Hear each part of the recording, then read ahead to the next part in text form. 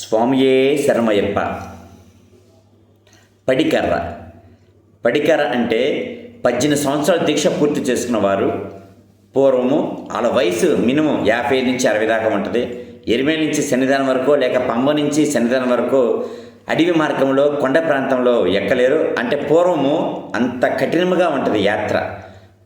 గట్లుగా కొండ రాళ్ళతో వర్షం పడితే జారే విధంగా ఉంటుంది. ఈ 18 సంవత్సరాలు పూర్తి చేసుకున్న అంటే పెద్ద వయసు వారికి మూడో కర్రగా అవసరం. ఆ మూడో కర్ర స్టెప్ వాళ్ళ ఆ శరీరాన్ని ఆపుకోవడానికి, ఆ కొండపైన మూడో కర్రగా స్టెప్ వేయడానికి.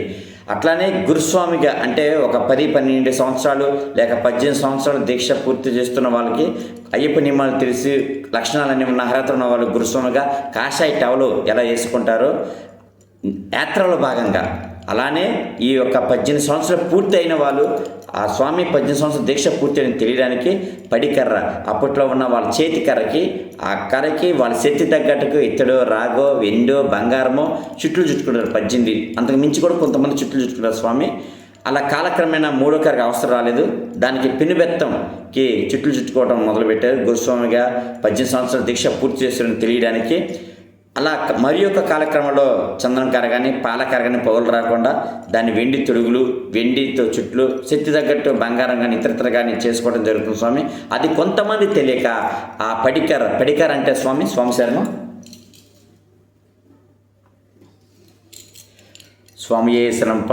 ఇది నా తండ్రి గారు అంటే నా యొక్క గురుస్వామి యొక్క పడికర్ర స్వామి.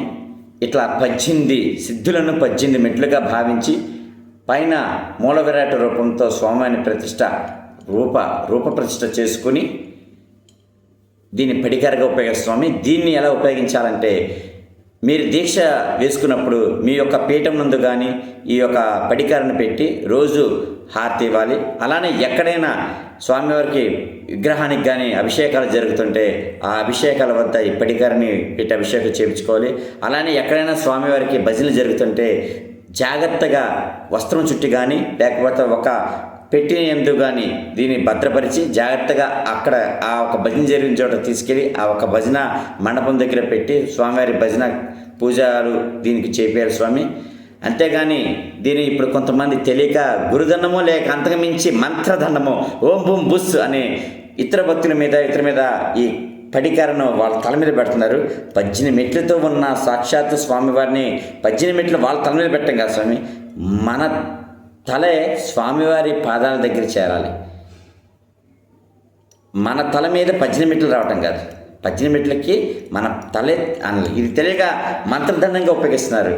చాలా పవిత్రంగా, ఎంత పవిత్రంగా అంటే పీఠాధిపతులు, ఉదాహరణకి ఆదిశంకరాచార్యులు ఇలాంటి పీఠాధిపతులు ఉన్నారు కదా.